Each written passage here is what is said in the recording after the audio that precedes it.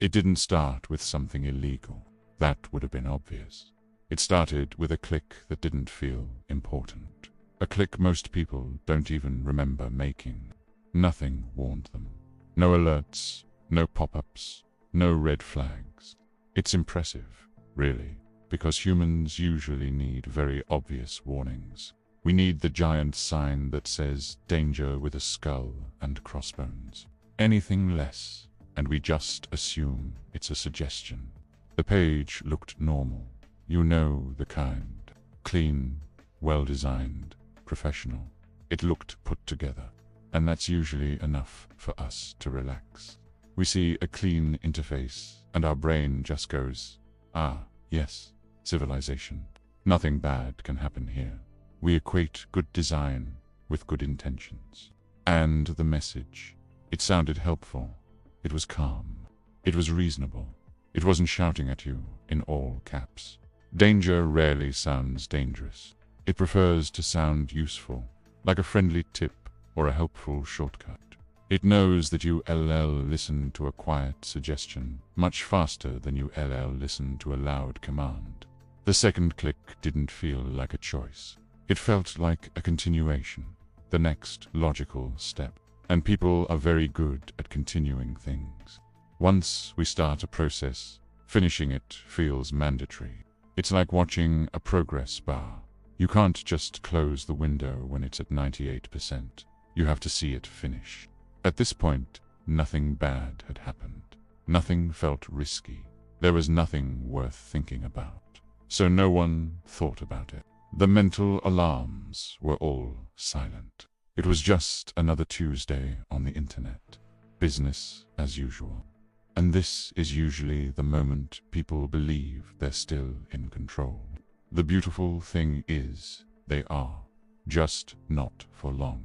Control is a funny thing. We think we have it right up until the second we don't.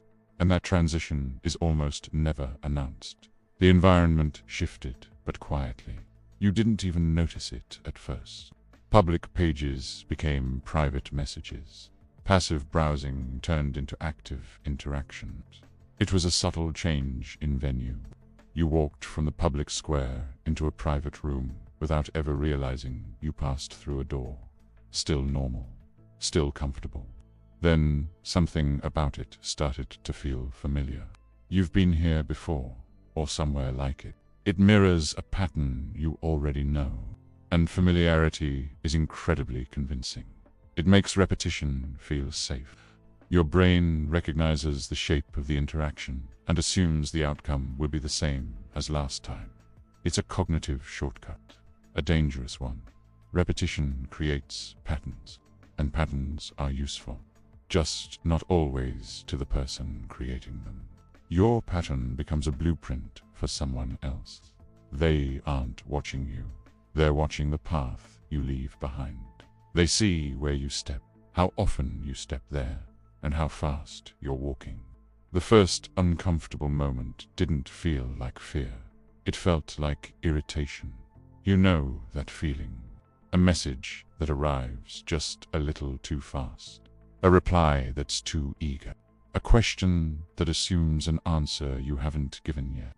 It's a small, buzzing annoyance. Like a fly in the room. And people ignore irritation very easily. We swat it away and carry on. It's just static, right? But now, leaving felt awkward. You start to second-guess yourself.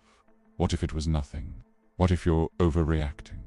What if stopping now actually makes it worse, or makes you look rude?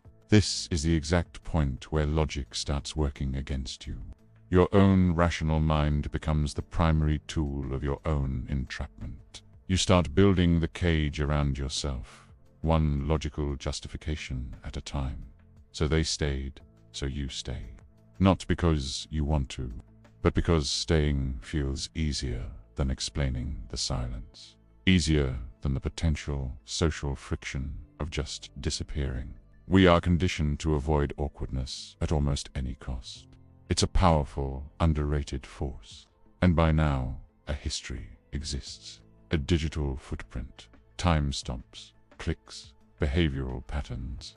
Nothing dramatic, nothing you could point to in a court of law. Just enough to remember. Enough for an algorithm or a person to build a profile. A quiet, invisible ledger of your choices. This is the part no one expects. Leaving isn't dangerous. It's just inconvenient. An inconvenience will keep people in a bad situation for far longer than fear ever could. Fear makes you run. Inconvenience makes you procrastinate. It makes you say, I'll deal with this tomorrow. But tomorrow, the cost of leaving is just a little bit higher. The problem wasn't the first click. It was never the first click. It was the sequence. The slow, methodical chain of events. Small steps don't announce where they lead. They just present themselves as the next logical thing to do. Each one perfectly reasonable on its own. Most people don't fall into traps. They walk into them slowly, step by step, while telling themselves they're still fine. While telling themselves they can leave anytime they want. They check their watch, look at the door, and then take one more step forward.